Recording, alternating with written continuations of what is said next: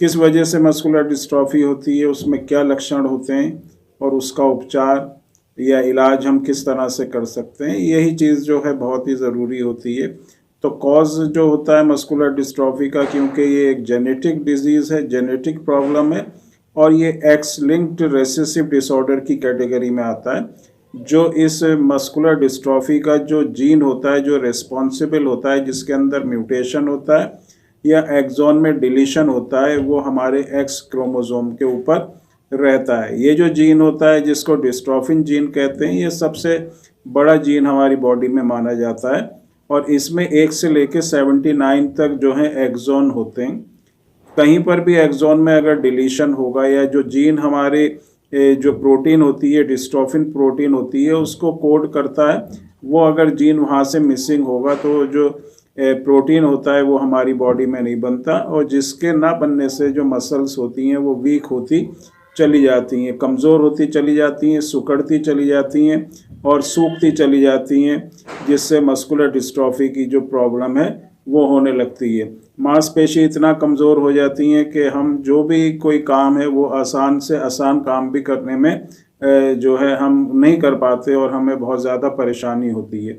तो क्योंकि ये एक जेनेटिक प्रॉब्लम है तो ये फैमिली में रन करता है, लेकिन बहुत से ऐसे केस होते हैं जहाँ पर फैमिली में कोई भी मेंबर को कभी भी किसी भी जनरेशन में इस तरह की प्रॉब्लम नहीं देखी गई है, लेकिन उसके बाद भी जो है ये प्रॉब्लम हो जाती है। तो इसका जो कॉज होता है वो म्यूटेशन होता है, जीन में किसी भी तरह का चेंज किसी दूसरी वजह से होगा तो उससे भी ये जो है मस्कुलर डिस्ट्रॉफी प्रॉब्लम होती है।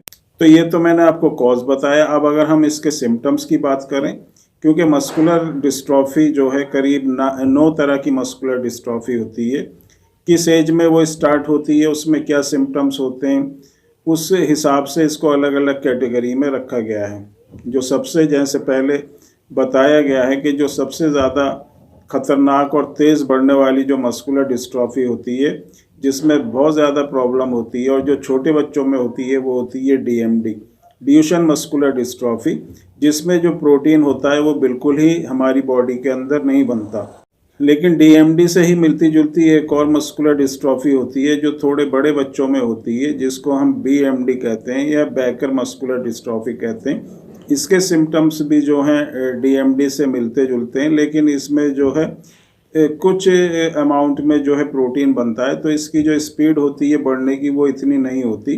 और ख़ास तौर से चाहे वो डीएमडी या बीएमडी या एलजीएमडी या कोई दूसरी तरह की मस्कुलर डिस्ट्रॉफी है, तो जो मेन सिम्टम होता है वो यही होता है कि बैठ के उठने में प्रॉब्लम होगी।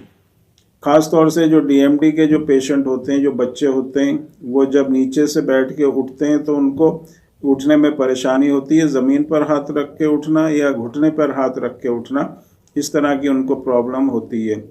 चलते चलते गिर जाना, जहाँ पर अगर कहीं ऊंचा नीचा होगा सरफेस तो वो गिर जाते हैं।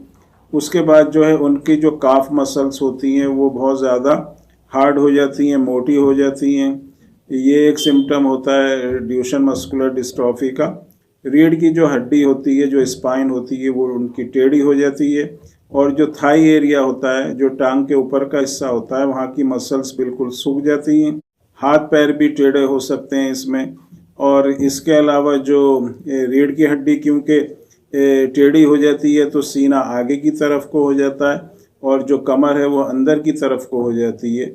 इस तरह के सिम्टम्स जो हैं डीएमडी में देखे जाते हैं और दूसरी मस्कुलर डिस्ट्रॉफी में भी इससे ही मिलते जुलते सिम्टम्स जो होते हैं वो देखे जाते हैं। चलने में, मूवमेंट में जो स्केलेटल मसल्स होती हैं ख़ास तौर से वो वीक होती हैं, तो मूवमेंट में बहुत ज़्यादा प्रॉब्लम होती है। तो ख़ास तौर से जो सिम्टम्स होते हैं उसमें हमारे मूवमेंट से रिलेटेड ही सिम्टम्स होते हैं। अब अगर हम इसके ट्रीटमेंट के बारे में बात करेंगे तो मस्कुलर डिस्ट्रॉफी को अगर हम देखें, उसके अलग अलग किस तरह की मस्कुलर डिस्ट्रॉफी है, कितने टाइम से मस्कुलर डिस्ट्रॉफी है, कंडीशन क्या है पेशेंट की और उसकी जो सीवियरिटी है बीमारी की वो क्या है, पेशेंट से जो है चलता है या बिल्कुल बेड पर है या फिर व्हील चेयर पर है, इसके हिसाब से मेडिसिन को सेलेक्ट करके दिया जाता है। और जो होम्योपैथिक मेडिसिन पहले भी बताया गया है बहुत अच्छा रिजल्ट होम्योपैथिक मेडिसिन का मस्कुलर डिस्ट्रॉफी में है।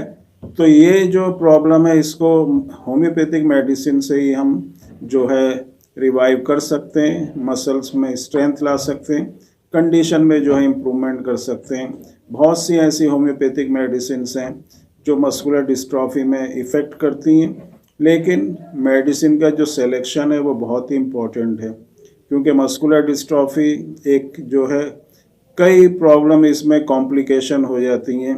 सभी चीज़ को इस तरह से हम कह सकते हैं कि हमारे दिमाग से लेके और नीचे पैर तक हर चीज़ पे इसका इफ़ेक्ट होता है।